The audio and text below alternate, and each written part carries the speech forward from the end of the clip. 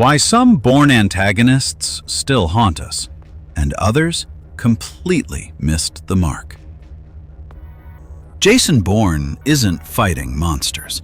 He isn't facing supervillains. He's battling something far scarier. People who look just like him. The Bourne franchise gave us a different kind of villain. Quiet, methodical, trained, disposable, and terrifyingly human. But not all Bourne villains are created equal. Some feel like unstoppable mirrors of Bourne himself, while others feel rushed, forgettable, or painfully generic. So today, we're ranking the best and worst villains of the Jason Bourne universe, breaking down who elevated the franchise and who nearly broke it. This is the best and worst of Jason Bourne villains. Before we begin, please like, subscribe, and be sure to stay until the end for a bonus feature that true Jason Bourne fans will appreciate, where we answer the question of what modern-day crossover villain can defeat Jason Bourne. Section 1. What makes a great Bourne villain? A great Bourne villain needs 3 things. 1. Competence. They must feel capable of killing Bourne. 2. Psychological weight. They reflect what Bourne could have become. 3. Systemic power. They represent the machine Bourne is trapped in. If they're just evil or angry, they fail. With that in mind, let's start with the worst offenders. Worst Bourne villains. Heather Lee, Jason Bourne, 2016. Why she failed as a Bourne villain. Heather Lee should have been the future of the franchise. She represents a post-Snowden CIA, data-driven, PR-conscious, technologically omniscient. Unlike the older villains, she doesn't rely on brute force. She relies on surveillance and narrative control. That's a strong concept. The problem? The film never commits to who she actually is. One moment she's dismantling corrupt leadership, the next she's manipulating Bourne. Then she's protecting whistleblowers, until she isn't. In a Bourne film, ambiguity isn't clever, it's lethal. Bourne villains must feel like clear threats, even if morally complex. Heather Lee feels like a pitch deck for a sequel rather than an antagonist with teeth. Why she ranks low. No emotional pressure on Bourne. No clear ideological stance. More plot device than character. Noah Vosen, the Bourne ultimatum. The bureaucrat as villain.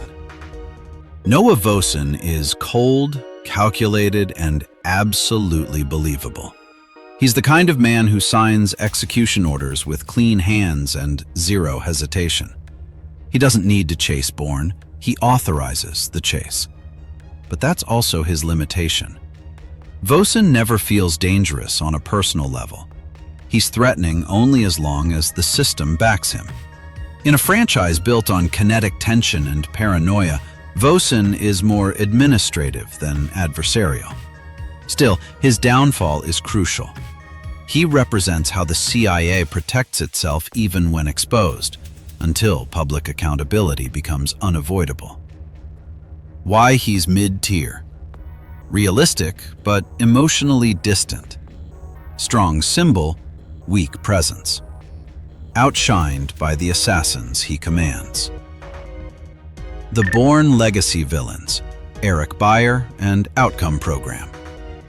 When the machine becomes too abstract. The villains of the Bourne legacy are chilling in theory. They don't just kill agents, they chemically erase entire programs. Eric Byer isn't cruel, he's procedural. To him, mass murder is damage control. But here's the fatal flaw. Aaron Cross never feels as emotionally connected to these villains as Bourne was to his. There's no shared past, no ideological betrayal, just survival. The antagonists feel like extensions of the plot rather than personal threats. Why they underperform. Conceptually dark, emotionally thin. No iconic face of evil. Lacking the mirror effect that defines Bourne villains. The Asset, Jason Bourne, 2016. Rage without resolution. The Asset is emotionally charged, a man fueled by personal loss and institutional betrayal. Unlike earlier assassins, he hates Bourne. But hatred alone isn't enough. He lacks the calm intelligence that makes Bourne villains scary. His anger makes him predictable. He feels like a modern action villain dropped into a franchise that thrives on restraint. Why he falls short. Intense, but shallow.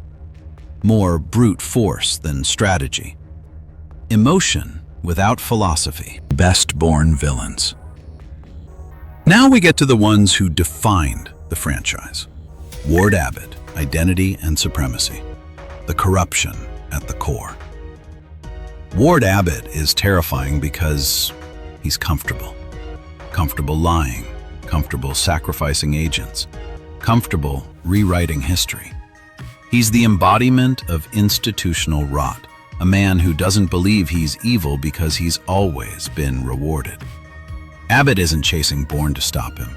He's chasing Bourne to protect the myth of the program. And when exposed, he doesn't confess. He tries to control the narrative one last time. That suicide by cop ending, pure Bourne realism. Why he works. Represents moral decay, not chaos. Feels depressingly plausible. A villain who dies protecting a lie. Kirill, the Bourne supremacy. Relentless, physical, unforgiving. Kirill is a blunt instrument, and that's the point. He doesn't philosophize, he doesn't hesitate. He hunts. Every encounter with Kirill feels like Bourne is seconds away from death. Their chases are raw, messy, and grounded. No flashy spy tricks, just survival. But Kirill lacks inner conflict. He's terrifying in motion, forgettable in stillness. When he dies, it's not tragic, it's inevitable. Why he ranks high, but not highest. Incredible tension and physical depth. Limited psychological depth. A perfect hunter villain, not a thematic one. The CA as a system. The franchise's true antagonist. This is where Bourne separates itself from other spy franchises. The CAA isn't evil because it hates people, it's evil because it optimizes outcomes. In Bourne, morality is inconvenient, truth is dangerous, and people are expendable. Every villain in the franchise is just a temporary face of this system. That's why defeating one antagonist never ends the conflict. The machine survives. Why this works so well. Feels disturbingly real. No single point of failure. Makes Bourne's fight feel endless. The Professor, the Bourne identity. The perfect Bourne villain. The Professor isn't insane, he isn't cruel, he isn't emotional. He's disciplined. What makes him unforgettable is that he represents what Bourne was supposed to be. No attachments, no hesitation, no conscience. That farmhouse scene isn't just tension, it's ideology. Two men raised by the same system, one who woke up and one who didn't. The Professor dies not because he's weaker, but because Bourne evolves. Why he's the best. Philosophical mirror to Bourne. Quiet, terrifying competence. A villain defined by obedience. Final ranking recap. Worst to best. Heather Lee, Aaron Cross villains. Noah Vosen. The Asset. Ward Abbott. Kirill. The CAA system. The Professor. Now, as promised, here's a bonus feature. Who is the crossover villain who can beat Jason Bourne. Bourne wins when the enemy has a face. The enemy chases him. The enemy wants credit. So the villain who beats him must never meet him, never pull a trigger, never appear in the same room. And that crossover villain is Raymond Reddington, the Blacklist. Raymond Reddington doesn't beat Jason Bourne in a fight. He never even tries. Bourne survives by disappearing, changing names, cities, and identities faster than his enemies can react. Reddington survives by making disappearance impossible. He doesn't chase Bourne across borders, he reshapes the world around him. Instead of sending assassins, Reddington leaks information, just enough to the right people. Intelligence agencies, criminal syndicates, private contractors. Suddenly, Bourne isn't hunted by one enemy, but by everyone, each believing it's their idea. Information is Reddington's weapon. Where Bourne relies on anonymity, Red controls narrative. He decides who Bourne is to the world. Terrorist, rogue agent, liability. Once that label sticks, institutions do the killing for him.